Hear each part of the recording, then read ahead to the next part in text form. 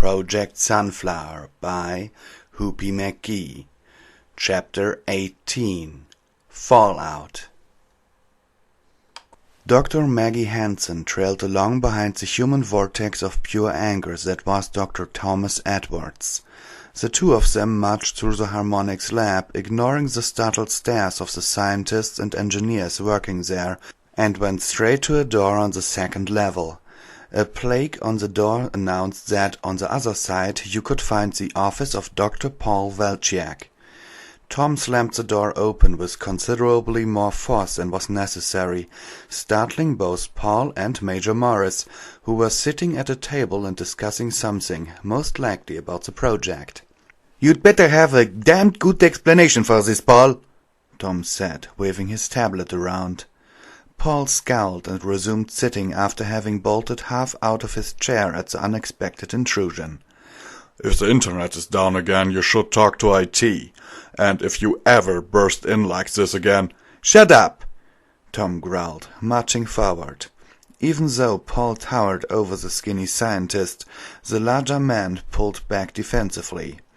Maggie mentally applauded her firebrand colleague. She was extremely angry herself, but nobody could do furious as well as Dr. Thomas Edwards. You had to hand it to the man, he'd turned it into an art form. Tom slammed his tablet down on the table between them. "There," he said. "Explain that code. What is that doing in my implants?" "I'm not a programmer, Tom," Paul said, pushing the tablet away. "Perhaps we could discuss this after you've calmed down." "We're discussing this now," Tom snapped back. "Which one of my team did you coerce into supplying you with this code?" "I think we should all settle down," Major Morris said. Maggie liked the young man and dearly hoped he'd be on their side. Only in his 30s he was handsome and reserved, and, though not a scientist himself, had proven himself to be no slouch when it came to critical thinking and scientific understanding. "If I only were 20 years younger," she sighed, then put the thought out of her mind to address him. "I think you'll be interested in what we've discovered, Major," Maggie said. "Oh?" "It involves an abuse of the auto override function," she continued. "I see. Please explain," the Major said, taking out his tablet and tapping the screen briefly. He laid the tablet on the table in front of him, folded his hands, and looked at the pair of them expectantly. Tom snatched up his own tablet, typed a few commands, and then handed it to the Major. "On the left, you'll see my original code. Not that I expect you to understand it," he said, and Maggie flinched. The man had no tact. "But I assure you it works exactly as discussed in committee. Usable only if Miss Olsen was passed out or incapacitated, and she could easily veto the override if she woke up. On the right, you'll see the bloated Frankensteinian mess that some fool hacked together and uploaded without my consent or knowledge. Instead of being an emergency retrieval function, it became a remote control. Mrs. Olsen would no longer be able to override the override, and it could be said to perform certain actions under specified sets of criteria." Major Morris looked displeased, Maggie was happy to see. "What sort of criteria?" "Any criteria, essentially," Maggie said. "Such as, let's say she wanted to tell her friends that she was from another dimension. It could shut her down completely, leaving her in a coma." She looked at Paul, who was scowling at her. "You may be head of the project, Paul," she told him, "but these are my labs, my teams. And after you activated it yesterday, several of my team came forward to me with ethical complaints. I reviewed and copied the security tapes here." She took a data stick out of her pocket and waved it at him. "There's also the small fact that you've been administering mood-altering drugs to her pretty much the entire time she seemed to assert any independence from you," she continued. "There were supposed to be anti-anxiety meds and antidepressants, which were to be used only in the event of an absolute emotional breakdown if immediate retrieval wasn't an option. In addition, there were supposed to be a variety of medicines, painkillers, antibiotics and the like, but according to what I've found, you've changed her medical loadout for various mood-altering compounds." "We couldn't risk her blowing the mission due to a momentary weakness," Paul asserted firmly. If I hadn't done that, she would have told the ponies all about us a week ago." "It's not right, Paul," Tom said, "and I won't stand for it." "You won't have a choice," Paul said. "I'm sorry, but you're both fired." "You can't do that," Tom protested. "The project—" "The project," Paul interrupted smoothly, "is far enough along to survive the loss of a couple of its senior scientists, and I can't have you questioning my orders. Major, if you'd be so kind as to have these two placed under arrest and confined to quarters." "Sorry, Doctor," Major Morris said. "I'm here as an advisory capacity. Not only am I not in your direct chain of command, I don't have the authority to arrest any senior members of the Harmonic staff. However, I do know someone who can." He picked up his tablet and addressed it. "Did you get all of that, sir?" "I did," a voice said from the tablet. "Let me address Dr. Velchek, please." Major Morris held out his tablet so that the rest of the room could see the screen. An elderly man dressed in a suit and tie stared back at them through the webcam. Maggie recognized him as Robert Thompson, chairman of the International Committee on Human Survival, which ran all official efforts opposing the Black Tide. "Hi, Paul," the man on the screen said. "Bob," Paul replied. "It's always a pleasure." "Typically, yes. But perhaps not so much today. Did I hear that correctly, Paul? Did you authorize a change of programming on the override to prevent Aaron from partaking in any action you objected to?"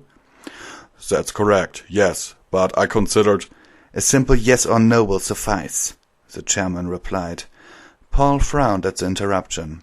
"And you've been manipulating her moods with implanted drugs?" "Well, yes. She had to be kept on task. All that worrying about her friends that she was doing was a distraction and a danger. Not to mention that she was showing an alarming resistance to following orders." "I see. And you thought your actions were appropriate?" "Yes, of course. It was for the greater good. Why am I the one being questioned here? Everything I did to ensure humanity's survival." "A goal I happen to share, Paul. However, I question your methods and I question your ethics." Maggie smiled with relief. It looked like things were going to go their way after all. How they were going to construct the pony body had been discussed at length long before Aaron had even volunteered. All sorts of scenarios were considered before determining the final configuration. The auto-override itself was supposed to be there only to make sure they could retrieve a badly injured or unconscious explorer. The drug injectors were meant to only be used in a case of a psychological or medical emergency. But Paul, according to the records, had been abusing the drugs any time Aaron had shown a contrary attitude and had primed the override on no less than 3 separate occasions now. She had needed some sort of evidence, though, and working with Tom, they'd found it. Not only in the communications log and the security tapes of each session during an open window, but also in the very code that had been pushed out to Aaron's pony body after she'd been deployed. They had bundled that information and sent it to the rest of the Harmonics committee members and the entirety of the International Committee on Human Survival about an hour before the confrontation. However, she had been afraid that they would have no backup, that everyone would agree that these steps were necessary. She'd prepared herself to be arrested the moment they confronted Paul about the ethical violations. "When it comes to the greater good," Robert continued, "there comes a point when you cross a line, and you have to consider whether the greater good is really worth it. Erin is a volunteer and a very brave young lady. If she was determined to take a course of action that would undermine our diplomatic efforts, the correct course of action would have been to pull her out of the field.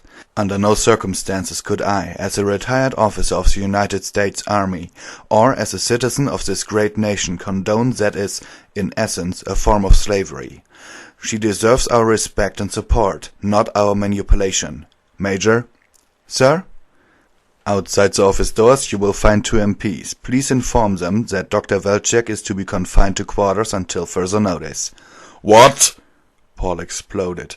"You can't do this!" "I just did," Bob replied warily. "Dr. Velchek, you are relieved. Dr. Hansen, you are now in charge." "Yes, sir," Maggie said, stunned by the turn of events.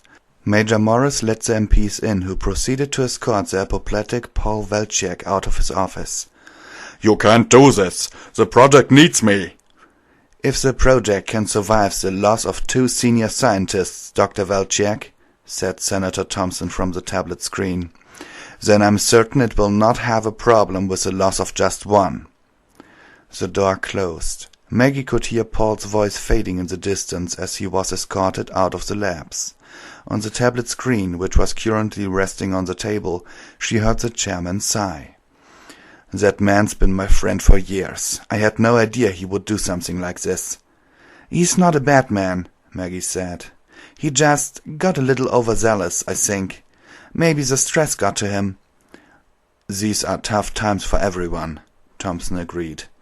"Well, it's something we'll have to work out later, I'm afraid. For now I have a considerable amount of paperwork to complete. Enjoy your new office, Anson." "Maggie, please," she prompted him. "Maggie, then. Have a good day." With that, the screen went dark as the call was disconnected. Still feeling rocked by the day's events, Maggie stared at Tom, who frowned back at her. "Why didn't I get to be in charge?" he asked. The 7 of them, which included Spike, were in a large private lounge in Canterlot Castle.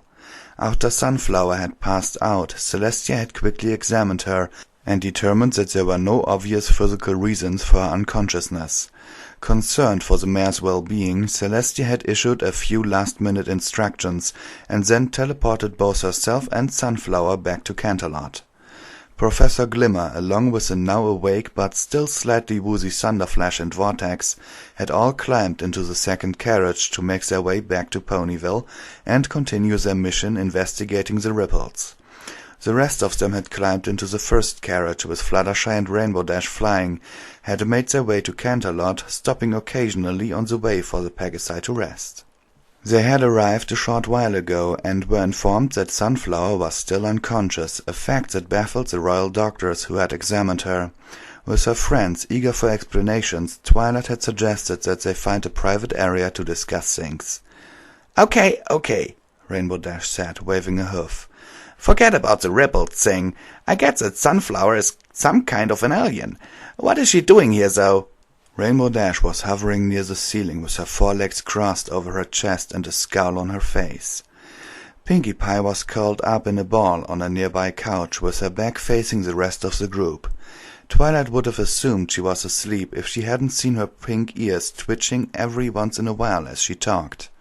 Fluttershy was sitting placidly next to Rarity, who looked both intrigued and overwhelmed by the information. Applejack was sitting on the floor, frowning down at her hoofs. Spike was busily serving drinks while wearing an adorable little apron he'd found somewhere. "I don't know," Twilight replied.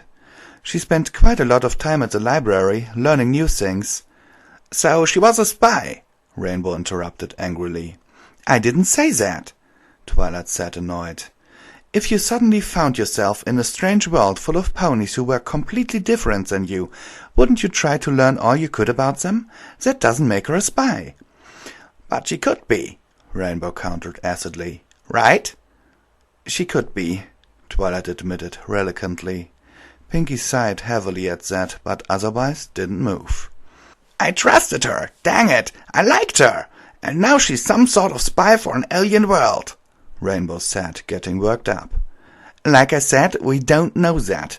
We don't know anything, and we won't until she wakes up." "And when will that be?" "I don't know, Rainbow," Twilight said sadly. Initial examinations of Sunflower indicated that she was perfectly healthy. There was no reason for her to be in a coma, as far as any pony could tell. A specialist was examining her currently, and they might know more soon. "I still think she's nice," Fluttershy said softly. "What?" Rainbow was incredulous. "How can you say that?" "She always took the time to talk to me and ask after my animals when she came to visit," Fluttershy said. "She was probably gathering information to send back to her alien masters." "Well, what about making my medical supplies a priority? 2 times in the last week she visited me after work hours just to drop off a package that had arrived that wasn't due to be delivered until the next day. She didn't have to do that," Fluttershy asserted. Whatever, Rainbow Dash said, clearly not willing to concede the point. Twilight could understand that. She, too, had been very upset at discovering that Sunflower was from another world. "What do you think, AJ?" Rainbow asked challengingly. "Well, I'm mighty hurt. I trusted her, too," the farm pony replied. "But I also reckon that Sunflower was a mighty nice mare, always smiling at every pony, willing to drop what she was doing to lend a hoof if needed. She bought us presents, too. She didn't have to do that." "You mean bribes," Rainbow Dash said. "I mean presents, Rainbow," Applejack responded, annoyed. "She didn't ask for nothing. She just wanted to give us presents 'cause she liked us." Rainbow Dash grimaced and rolled her eyes while AJ continued. "There's also a small matter of how she tried to fight off a chimera to save Applebloom's good little Sweetie Belle, if you recall. I don't reckon I know if I can ever forgive her for lying to me, but I reckon I owe her a chance to explain why she did." "She did try to save the girls' lives at great risk to her own," Rarity said thoughtfully. "Any pony that does that, well, they have to have some good in them, don't they?" "Fine," Rainbow sulked. "I'll give her a chance to explain. Just don't expect me to trust her ever again." "No pony can ask for anything else, Rainbow," Applejack replied, standing up. "Well, if y'all excuse me, it's been a mighty long day. It's late, and I could use some sleep. Good night, y'all." With that, Applejack left, head low. Rainbow Dash left without saying another word, flying out through a nearby window and up to her room. Rarity and Fluttershy, both with a concerned glance towards the unresponsive Pinkie Pie, excused themselves as well. That left Twilight Sparkle alone with the curled-up pink pony. "Pinkie?" she asked. "Are you okay?" "No," said Pinkie, her voice sounding odd without its usual bubbleness. "You're upset about this too," Twilight said. It wasn't a question, it was a statement. "Yes." "I'm here to talk about it if you want, Pinkie," Twilight said, laying a hoof on her friend's shoulder. Pinkie's head popped up, and Twilight heard her sniffle. Still facing away from her, Pinkie reached back with a leg, hooking Twilight's leg with her own and bringing it around in a hug. "I don't like it when my friends lie to me," Pinkie said quietly, hugging Twilight's foreleg tightly. "I know," Twilight said, stroking Pinkie's mane with a free hoof. "I know." The specialist had found nothing wrong and had since been dismissed. In desperation, Celestia had called her sister in to look at the comatose mare. "There are devices planted throughout her body," Luna said after examining her briefly. Celestia blinked at her sister in surprise, then glanced back at the unconscious form of the mare Sunflower. She extended her senses and found what Luna had been talking about. "What are those things?" she asked, vaguely horrified. "I cannot say," Luna replied. "I have never seen anything in the sort in my entire life, nor have you, I would guess. No, never." She wasn't surprised that her sister had discovered the devices implanted in the mare before she had herself. Luna's magic and mind had always been the more subtle of the two. "Do you believe they could be safely removed?" "I don't see why not, for most of them. They don't impact any vital areas. However, this one," Luna said, highlighting an area at the base of Sunflower's skull with her magic, "this one goes directly into her spine as well as her brain. If I were to guess, I would say that this one is the one that makes her sleep." "It would be risky to remove it, sister," Celestia said. "Indeed, but would it not be riskier to leave it in?" "How so?" "The one you called malachite. I am guessing that was what he was referring to when he said he could stop her heart. As you can see, it controls all autonomous and voluntary muscles in the body. It is likely that whoever sent Sunflower here, they implanted this device in order to control her." Luna didn't have to say any more. Celestia considered the implications of that. A creature that gained control over that device, implanted in the mare's head, would have full control over every action that she could possibly do, including hurting herself or other ponies. Not to mention her masters may decide to terminate Sunflower the moment they discovered that she'd been captured. Forgetting even the valuable information that they could attain from her, Celestia wasn't about to let her be murdered just to keep her quiet. "You are right, Luna. We should remove it immediately. Do you feel up to it?" "Yes," she replied simply. "Very well, then. We shall begin at once." Erin groaned, opening her eyes. She felt like she'd been pulled backwards through a meat grinder. Her whole body throbbed, and her head felt like it was splitting open. She moved her head slightly, and her stomach roiled with nausea. "Ah, you're awake," a voice said. Erin blinked, then cautiously turned her head. There was an unfamiliar Earth pony in a nurse's uniform standing in the corner of the room. Erin regarded her groggily. "I'll just notify the princesses. You try to relax, all right?" The mare slipped out the door, which closed with a soft click. Erin let her aching head drop back into the pillow and regarded her surroundings with a certain amount of wariness. The room she was in was huge. Almost the entire guest house, both floors, could fit in here, and that wasn't counting the door that apparently led to a private bathroom. The high, sky-blue ceiling was decorated with clouds and flying birds. The walls themselves were a pale blue, almost white in color. The floor was an odd blue and red checkerboard pattern, with several large rugs over the top of it. The furnishings spoke of simple elegance, delicately carved dressers and wardrobes, a writing desk and stool, all in white painted wood. Several framed paintings were hung on the walls, in frames of dark oak with gold trim. "And a guess," Erin thought, "I am in the castle." She glanced down at her body, which was covered with a sheet. Finding very little strength in her limbs, she began pulling the sheet off. What she saw confused her. Her entire body, or at least most of it, was covered in wrapped bandages. She reached up and felt at her head. Another bandage. But she distinctly remembered that the light that had driven Malachite out of her had also healed her injuries. Her face, swollen from running head-first into a tree, when Malachite was still first learning to control her, had stopped hurting and returned to its normal dimensions.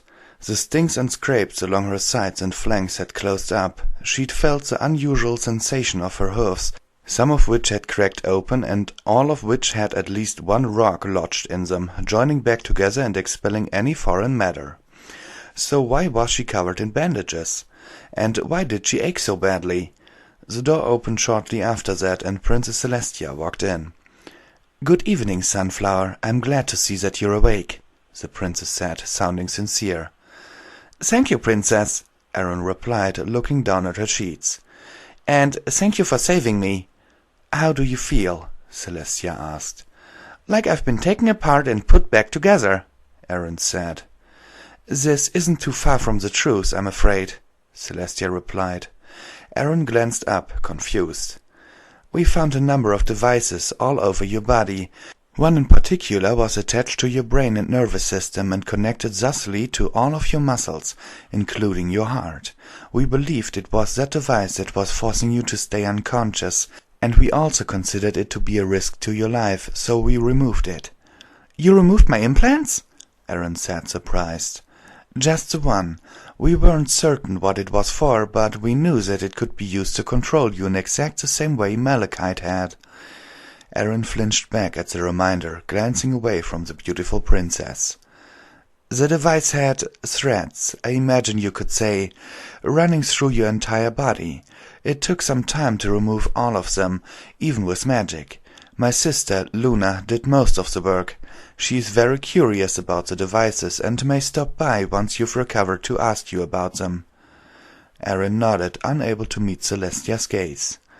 "You are a guest here at the castle," Celestia continued. "I'm not certain what brings you to our world, but the picture I received from talking to your Pony&Wolf friends makes me believe that you don't intend us any harm. For now, I would like you to rest and recover. There will be time for explanations later." With that, Celestia began walking away. A thought occurred to Erin. "Princess?" Celestia stopped, looking back at her. "Yes?" "You said you talked to my Pony&Wolf friends. Does that include Meadowlark from the guest house?" "No," the princess replied. "I spoke to Twilight Sparkle and her friends. Is Meadowlark a friend as well?" "Yes, and her filly Marigold," Erin replied. "And they saw me become possessed." "Could some pony let them know that I'm okay? I don't want them to worry." Celestia smiled gently. I will do that. Thank you for considering their feelings, Sunflower. Princess, one last thing. Yes? She took a deep, shuddering breath and expelled it, bracing herself. Please, call me Erin.